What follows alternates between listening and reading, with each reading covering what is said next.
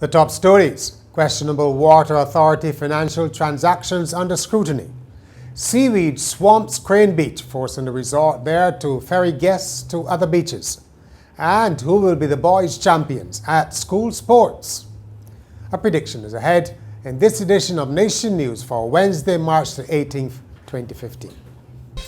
No matter where you are in the world, at home or abroad, Nation News keeps you connected with what's happening in Barbados through our website, video newscast, and online e-papers. So stay connected with Nation News. Your news, your time, your way.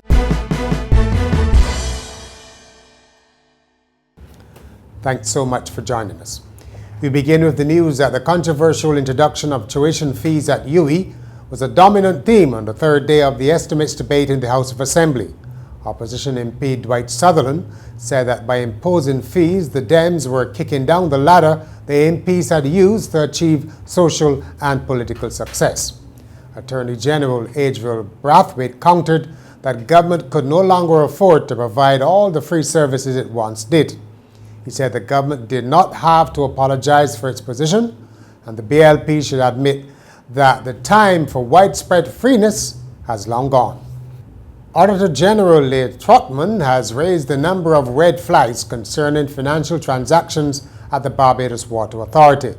In his latest report, he highlighted cases in which the BWA paid hundreds of thousands of dollars for goods and services which it did not receive.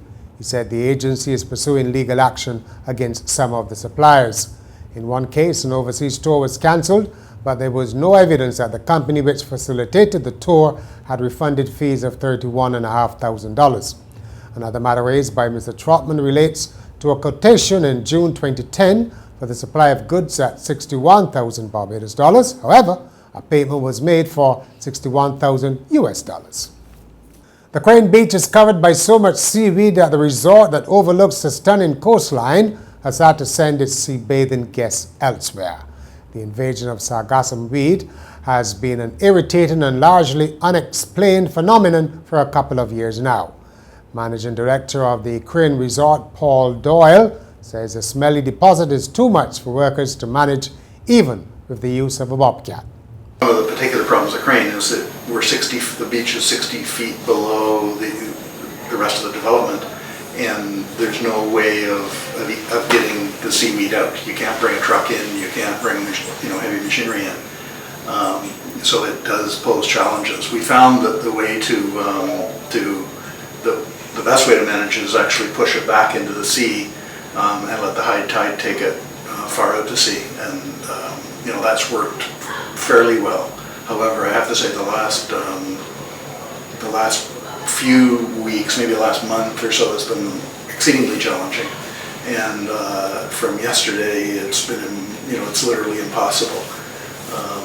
Now, we don't expect that to stay. Last time it got like this, within it lasted about 3 days, and then we woke up one morning, it was all gone just because of a high tide. But we are taking steps now because we need to do something different because guests come here for the beach. Mr. Doyle says he will be arranging a bus service to take guests to other beaches until the problem is solved. He told Nation News he has a long-term plan to deal with the invasion.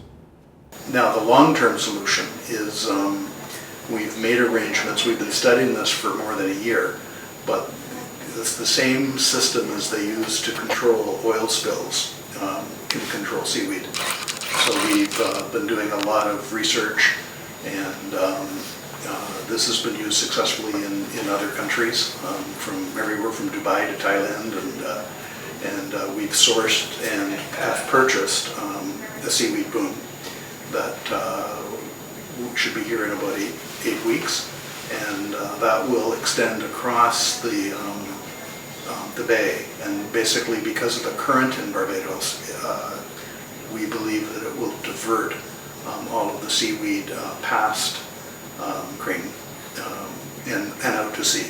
Once it gets far out to sea, then it's not going to hit us again. So, I think the secret is go far out.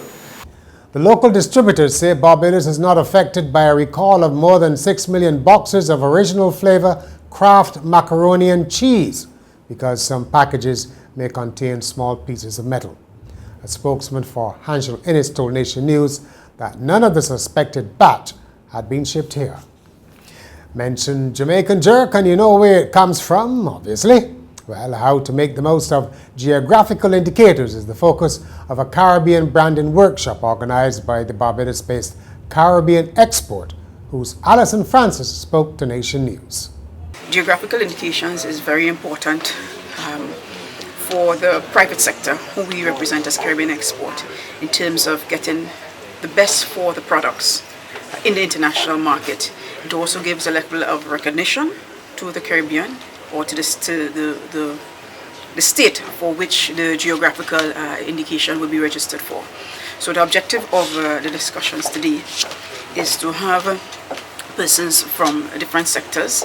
We have with us today representatives from Suriname, St. Vincent, Trinidad and Tobago, Grenada, and obviously Barbados. That will be looking at different product indication for going through the processes of registration of geographical indications. In sport, the secondary schools athletic championships are underway at the National Stadium. Andy Thornhill has already predicted that Springer, who else, will be again the girls' champions. But what about the boys? Boy, oh boy. Who will win the boys' BSAC championship? I think Leicester Vaughan has their best chance in years. If they can't clinch it this time around, given their all-round strength, I don't think they ever will. Well, I shouldn't say ever, but it will take a long, long time. They have a good balance, extremely good balance to be precise, in both the field and definitely on the track. Will be hard to stop once they live up to their potential in the various events. What about Lodge? Can never count out the boys who know about fighting back. They bring that spirit to the track. If there's one thing about Lodge that they have to correct, that they have to start a lot faster and do not leave it to the end. Queen's College, the defending champions, always a factor. Andy Thornhill for the Nation Sports. And finally, a story about one of the oddest jobs around, men who get paid to have sex with prostitutes. They are labelled private investigators who are being hired in Australia as brothel busters who pose as regular customers in order to unearth illegal sex work. One of the men, lucky perhaps to some, is John, 60 years old, divorced. He calls it a good retirement gig, and he says he knows people will be jealous. His job is said to be necessary because authorities have little power to access premises without a court order, making it difficult to bust the brothels posing as massage parlors that are just about everywhere in the state of New South Wales. And that's Nation News for Wednesday. For more, log on to nationnews.com as well as YouTube, Facebook and Twitter. And remember to pick up your Daily Nation on Thursday or subscribe to our e-paper.